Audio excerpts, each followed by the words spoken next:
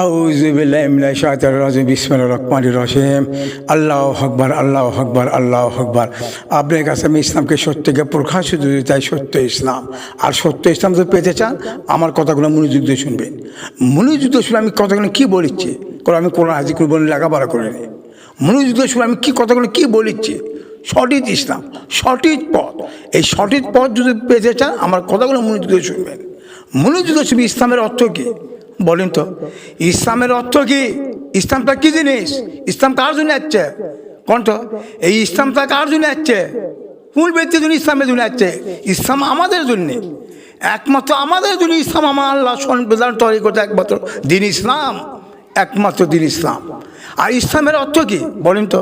এই দেশের হুজুরেরা, এই দেশের পীরেরা সারা পৃথিবীতে ইসলাম প্রচার করে বেড়াচ্ছে। সারা পৃথিবীতে হুজুরা পীরেরা ইসলাম প্রচার করে বেড়াচ্ছে। ইসলাম অর্থ মানে শান্তি, ইসলাম অর্থ মানে শান্তি, ইসলাম অর্থ মানে নিরাপত্তা, ইসলাম মানে অধিকার, ইসলাম মানে একমাত্র সমাধান করে দেয় একমাত্র দিন ইসলাম। এই কথাটা হুজুরা বলে দেয় আর অর্থ বলে দেয় না। কি জন্যে? ইসলামটা শান্তি কীভাবে আসবে কোনটা? ইসলামটা শান্তি কীভাবে আসবে? আল্লাহ রাব্বুল আলামিন বলে কি বলেছে? আমি তোমাদের জন্য ইসলাম দিচ্ছি শান্তির পথ। কিসের পথ দিয়েছি? একমাত্র শান্তির পথ। আর শান্তির পথে একমাত্র তোমাদের ইসলাম।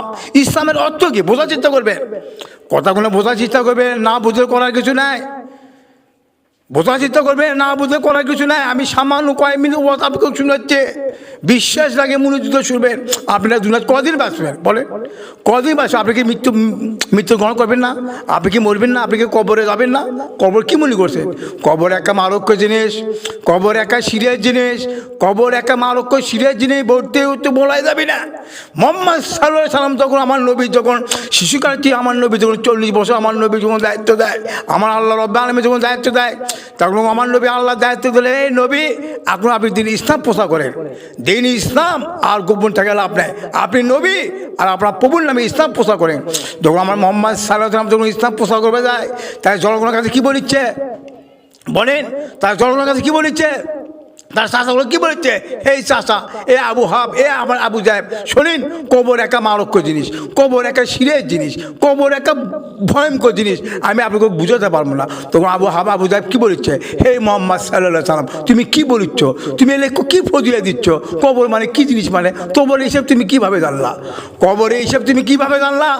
মানুষ মারা যাবে, মারা যাবার কবরে কোনো চিহ্ন থাকে? চিহ্ন থাকে? কোন চিহ্ন থাকে কবরের মধ্যে? মানুষের কোনো চিহ্ন থাকে না, মানুষ পৌঁছে যায়। আর তুমি মোহাম্মদ স্যার, তুমি কী প্রশ্ন জবাব দিচ্ছ আমাদের কাছে? বলো কী প্রশ্ন জবাব দিচ্ছ?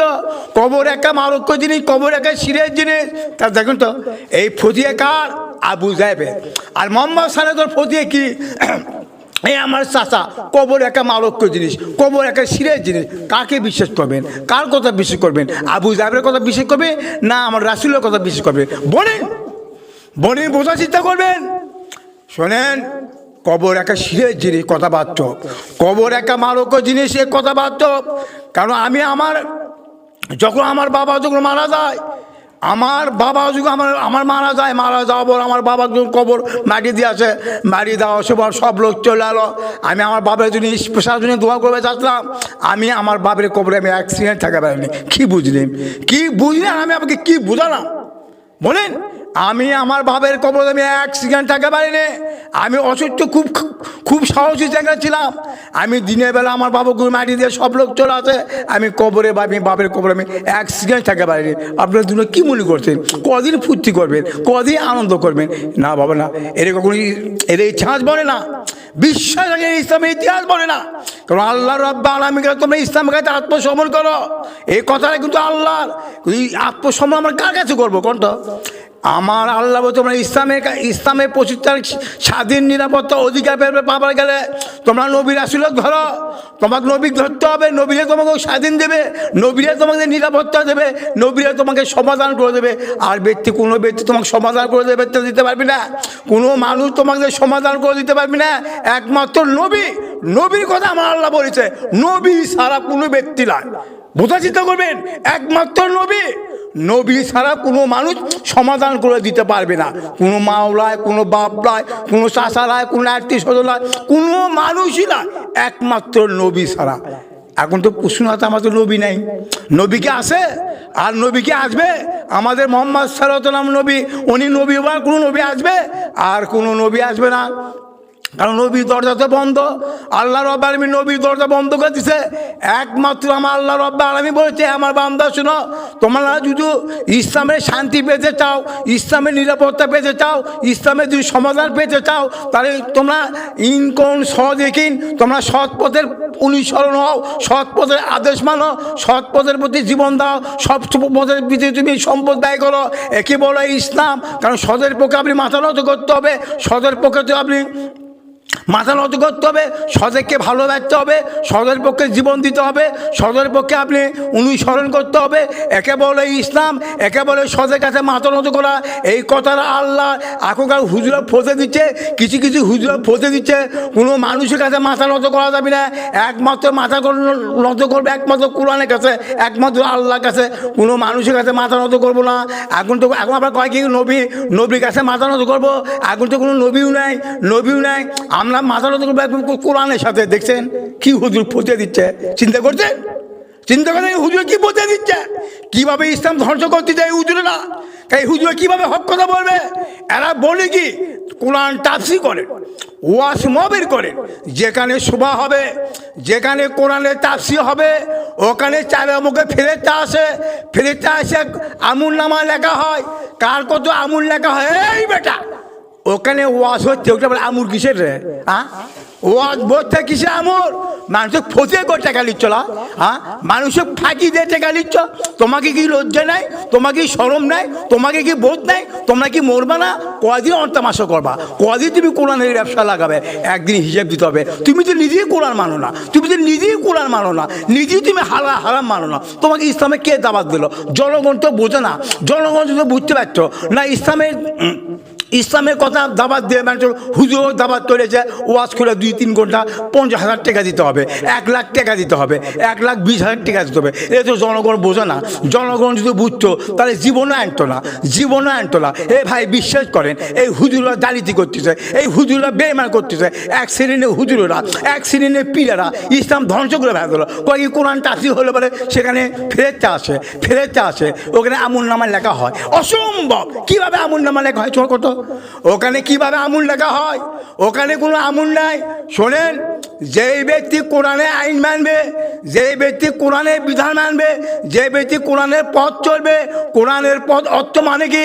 কোরআন বলতে ইনকন সদেকিন, তুমি সৎ মানুষকে তালাশ করো, সদের আদেশ মানে চলো, সদের অনুসরণ করো, একে বলে কোরআন, একে বলে হাদিস। এই ব্যক্তি যাই মানতে পারবি, তারপর আমুল নামাল তার লেখা শুরু হবে। কোরআন পড়লে, কোরআন শুনলে কখনো তার ভিতরে নেকি হবে না, কোনো আমুল হবে না। এ ভাই আমার কথা বিশ্বাস করেন, এইভাবে হুজুররা ফতে দিয়ে জনগণ 3 টাকা মারে নিচ্ছে, ফাঁকি দিয়ে টাকা মারে নিচ্ছে। বোঝার চেষ্টা করবেন। আমি এক সামান্য কয়েকটা আপনার কাছে কথা বলবো, যিনি আপনি জাদুঘরেরা খেলা দেখে না, বোঝার চেষ্টা করবেন। জাদুঘরে খেলা দেখে না, পেটের মধ্যে চাকু মারে। আমরা আগে মনে করছি না লোককে পেটের মধ্যে চাকু মারলো, লোককে তো মারাই গেল। এইবার আমরা চিন্তা ভাবনা করছি, লোককে কীভাবে পেটের চাকু মারলো। এইভাবে হুজুরা ফাঁকি দিয়ে জনগণ 3 টাকা মারে যাচ্ছে না। যেখানে কোরআন তাফসীর হয়, ফেরেশতা আসে, আমুল লেখা হয়। এই বেটা ও কি কোরআন শুনলো? কোরআন শোনার পর কই ব্যক্তি কোরআন আইন মানে? হ্যাঁ, কোন ব্যক্তি কোরআন আইন মানে আমার বুঝে দেন। এই বাপরে ওইবার আমাকে এলাকার মধ্যে, এই শোনে বগুড়ার জেলার মধ্যে এমন কোনো জায়গাতে ওয়াজ হয় না একটা ব্যক্তির চরিত্র খারাপ নেই, একটা নারীরও চরিত্র খারাপ নেই। এরা সব সোদের মধ্যে জড়িত আছে, এরা সব হারামের কাজের মধ্যে জড়িত আছে। এরা ভালো কথা কিভাবে শুনবে? কোনটা এই হুজুরা ভালো কথা কিভাবে বলবে জনগণের পক্ষে? জনপক্ষে ভালো কথা বলে না, খালি করে নামাজ পড়ো, রোজা করো, হজ করো, জাকাত দাও, তারপরে বাবা মাও খেদমত করো। এই কথাটা হুজুরা ফোঁদে দেয়, সেকে মেরে লেছে জনগণ না। অসম্ভব। কারো মাইক পাত্রে জান্নাত দেয়, কারো খিদমত মতো জান্নাত দেয়। আল্লাহ রাব্বুল আলামিন এই কথা বলেনি, এই কথা হিন্দুরাও কয়, এই কথা হিন্দুরা কয়। আমার কাছেই বলে সবচেয়ে ধর্ম হচ্ছে মায়েকে সেবা করা, মায়েকে মহব্বত করা, মায়েকে ভালোবাসা। সবচেয়ে করে সেই এক সোনামুখী ধর্ম, সোনামুখী ধর্ম। এরা মায়ের সম্মান করে, মায়ের সম্মান করে না, অসম্ভব। এই হামাগলের মধ্যে একই গে চলে যাচ্ছে। মায়ের পায়ের তেলে জান্নাত, মায়ের পায়ের তেলে পায়ে জান্নাত, মানে অসম্ভব। মায়ের পায়ের তেলে কখনো জান্নাত হতে পারে না। আমার আল্লাহ এই আইন তৈরি করেনি, এই বিধান তৈরি করেনি, এই হুজুরা বের করতেছে, এই হুজুরা বের করতেছে। কি কমো আর ভাই, এই বিশ্বাস করেন কারোর মধ্যেই জান্নাত দেয়। জান্নাত একটা মধ্যে আমার আল্লাহ দিয়ে দিছে, নবীর চরিত্রের মধ্যে, নবীর আদর্শ মধ্যে, নবীর চরিত্র আদর্শের মধ্যে মায়ের ভালোবাসা আছে, আর জনগণের ভালোবাসা আছে, আত্মীয় স্বজনের ভালোবাসা আছে। আমি সামান্য যে আপনি বুঝা দিচ্ছি, এই সামান্য আপনি বুঝে নেন। তারপরে মা কেন ভালোবাসবেন না, কেন আপনি বাবাকে ভালোবাসবেন না? অবশ্যই ভালোবাসবেন, মা অবশ্যই ভালোবাসবেন, জনগণ অবশ্যই ভালোবাসবেন, মুসলমান হতেই আপনি ভালোবাসবেন। ভালোবাসা নবীর ইমান, ভালোবাসা একটা ইমান, ভালোবাসা একটা ইমান। না হলে নবী আঘাত পাবে, আমার আল্লাহ আঘাত পাবে।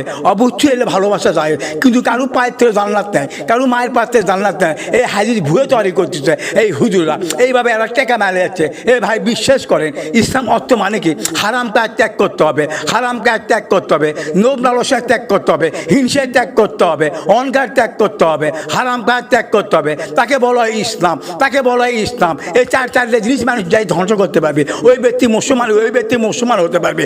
আর মুসলমান হলে আপনি যদি নামাজ ফরজ, আপনি যদি নামাজ ফরজ, নামাজ আগে ফরজ নয়, নামাজ পড়ে, রোজা ফরজ, আপনি নামাজ পড়ে, রোজা পড়ে, হজ পড়ে, জায়গা তো নাই। কিসের জায়গা, কিসের জায়গায়, কে জায়গা দিচ্ছে? আসলে জায়গাতে কথা শুনলে আমার মাথা গরম হয় যায়। জায়গাতে অর্থ কিছু বুঝেন? জায়গা কাক কয়? আল্লাহ বাবা এরা হুজুরা ফোঁজে দিচ্ছে, আল্লাহ আচ্ছা দান করো। আল্লাহ আচ্ছা দান মানে কি? অর্থ কিছু বুঝো? আল্লাহ কি বলছে?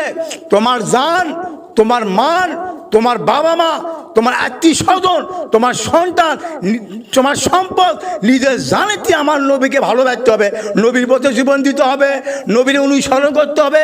একেবারে আল্লাহর পথে দাম দেওয়া, একেবারে আল্লাহর পথে সাহায্য করা। তো আপনি যার মার যা কিছু আছে নবীর পক্ষে ব্যয় করতে হবে। এখন তো কোনো নবী নাই, আপনি কোন সদেকেন, সদের পক্ষে আপনি জীবন দিতে হবে, সদের পক্ষে আপনি সম্পদ ব্যয় করতে হবে। এই জীবন দেওয়া অর্থ মানে কি? আমি এরকম আপনি বুঝে দিচ্ছি, যেই মানুষ লোভ লালসা ত্যাগ করতে হবে, একে বলে জাগাত। যেই ব্যক্তি যেই ব্যক্তি হিংসা ত্যাগ করতে পারবি ওকে বলা হয় জাগাত। যেই ব্যক্তি অহংকার ত্যাগ করতে পারবি একে বলে জাগাত। যেই ব্যক্তি হারাম কাজ ত্যাগ করতে পারবি একে বলে জাগাত। এলে সব যদি মানুষ ত্যাগ করতে পারে, মানুষ সমাধান পাবে, মানুষ নিরাপত্তা পাবে, মানুষ অধিকার পাবে। কারুর কাছে হাত পাতে খাওয়া লাগবে না, কারুর কাছে যাওয়া লাগবে না। এরা অনেক অনেক লোক ফুলেছে ইতিমক দান করতে হবে। এই কে ইতিম? ইতিমকে কোনো মানুষ আমরা আমার আল্লাহ ইতিম হিসেবে তুলে দিতে পারে না। যেই ব্যক্তি বাপ মারা যাবে, যেই ব্যক্তি তার বাপ আমি অল্প সময় ওয়াজ করতেছি, আপনাকে আমি ঠিক মতো বুঝাতে পারছি না। আমি যদি 1-1.5-2 ঘন্টা তো আমি ইসলামের কথা আপনাকে বলতে পারতাম, তার কিছু কিছু কথা আপনাকে বুঝে দিতে পারতাম। আমার মনের মধ্যে একটু আফসোস হচ্ছে। বিশ্বাস রাখেন, ইসলামের অর্থ মানে শান্তি, ইসলামের অর্থ মানে নিরাপত্তা, ইসলাম অর্থ মানে অধিকার, ইসলাম অর্থ মানে সমাধান। কোনো মানুষ অশান্তি থাকবে না। যার স্বামী ঘরের বউ 30 বছর বয়স হয়, তিনটে সন্তান তুলে যে ব্যক্তি মারা যায়, ওই ব্যক্তি বিবাহ করবে, ওই ব্যক্তি বিবাহ করবে, তাই ও স্বাধীন পাবে, তাই নিরাপত্তা পাবে, তাই অধিকার পাবে। একে বলে ইসলাম।